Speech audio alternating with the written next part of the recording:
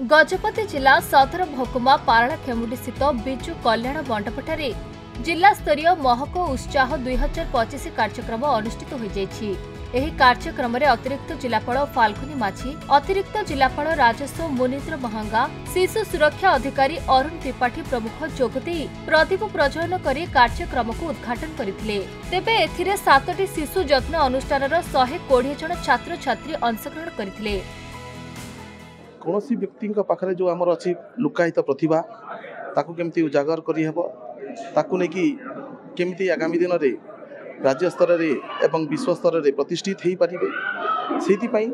आमर child care unit जोड़ा अच्छी आम 7टा अच्छी से अवसर में 120 पिला छुआ मैंने समस्ते भाग नहीं विभिन्न प्रकार प्रतियोगिता अनुष्ठित हो से अनुष्ठित जो मैंने सफलतार सहित उन्नीत हेबे से पुणी आगामी दिन में राज्य स्तर में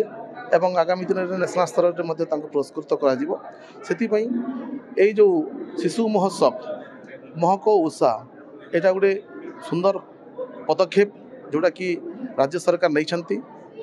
एवं यही हिसाब से आम आमर शिशु मान प्रतिभा को जापर एवं प्रतिभा केमती आहरी शाणित कर चेष्टित। गजपति हेमंत प्रधान को रिपोर्ट खबर ओडिशा।